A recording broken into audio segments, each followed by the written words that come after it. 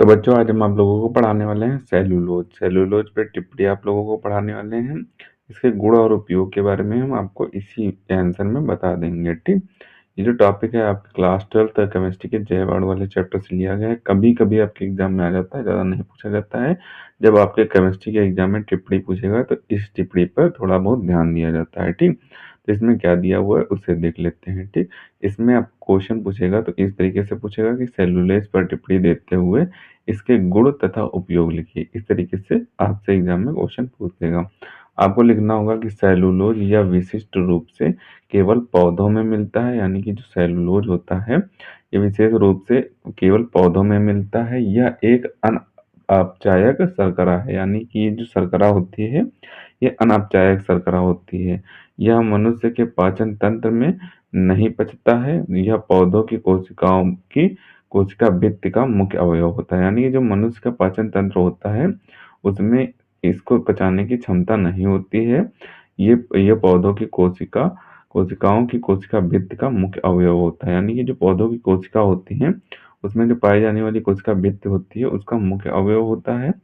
यह beta die glucose से बनी रिज्जु श्रृंखला युक्त पॉलीसैकेराइड है, यानी कि ये बीटा डाई ग्लूकोज जो आपने हम आपको बताया था ग्लूकोज वाले टॉपिक में, बीटा डाई ग्लूकोज से बनी रिज्जु श्रृंखला युक्त पॉलीसैकेराइड है, जिसमें ग्लूकोज इकाइयां C1 से C4 तक, यानी कि कार्बन 1 से कार्बन 4 तक ग्लाइकोसिडिक आबंध द्वारा जुड़ी होती हैं। यानी कि ग्लूकोज की जो इकाइयां होती हैं C1 से C4 तक ग्लाइकोसिडिक बंध द्वारा जुड़ी होती हैं। ठीक, आगे हमें दिया हुआ है कि चौपायों में सेलुलोज को इसके पाचन तंत्र में उपस्थित बैक्टीरिया द्वारा पचाया जाता है, यानी कि ये चौपाए होते हैं उसमें ये ग्लूकोज जो सेलुलोज होता है इसको इनके पाचन तंत्र में उपस्थित जो बैक्टीरिया होते हैं, चौपायों के पाचन तंत्र में उपस्थित जो बैक्टीरिया होते हैं उनके द्वारा पचाया जाता है।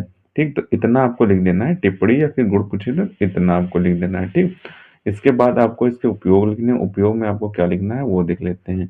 उपयोग में आपको लिखना होगा कि लकड़ी के रूप में प्राप्त सेलुलोज से फर्नीचर आदि बनते हैं, यानी कि जो सेलुलोज लकड़ी के रूप में प्राप्त होता है उससे फर्नीचर बनते हैं। ठीक, दूसरा उपयोग लिखना होगा कि सूती रेशों के रूप में प्राप्त सेलुलोज से वस्त्र बनते हैं, यानी कि दूसरा उपयोग ये यहाँ पे है कि सूती रेशों के रूप में प्राप्त जो सेलुलोज होता है उससे वस्त्र बनते हैं। तीसरा उपयोग आपको यहाँ पे लिखना होगा कि कागज, वस्त्र, पलाच, निस्वन उद्योगों में कच्चे माल के रूप में सेलुलोज का प्रयोग किया जाता है, यानी कि कागज के उद्योग में, वस्त्र के उद्योग में और पलाच के उद्योग में और निस्वन के उद्योग में ये कच्चे माल के रूप में हमारा जो सेलुलोज है उसका उपयोग किया जाता है। ठीक, तो इतने आपको उपयोग लिख देने हैं, आपका पूरा आंसर हो जाएगा। ठीक, 2 से 3 नंबर का एक टिप्पणी पूछी जाएगी, आपको ज्यादा नंबर का नहीं पूछा जाएगा। टिप्पणी उपयोग पूछा जाएगा 2 से 3 नंबर में पूछा जाएगा, इससे ज्यादा नंबर का नहीं पूछता है। ठीक, तो इसका आप ऊपर से स्क्रीनशॉट कर लें, तो इसे आपको अच्छे तरीके से और बेहतर ढंग से तैयार कर लेना है। सबसे पहले आप इतने पार्ट का स्क्रीनशॉट करें और बचे हुए पार्ट का स्क्रीनशॉट करें। तो इसे आपको अच्छे तरीके से तैयार कर लेना है। मिलते हैं किसी नए वीडियो में नए टॉपिक के साथ, तब तक के लिए धन्यवाद।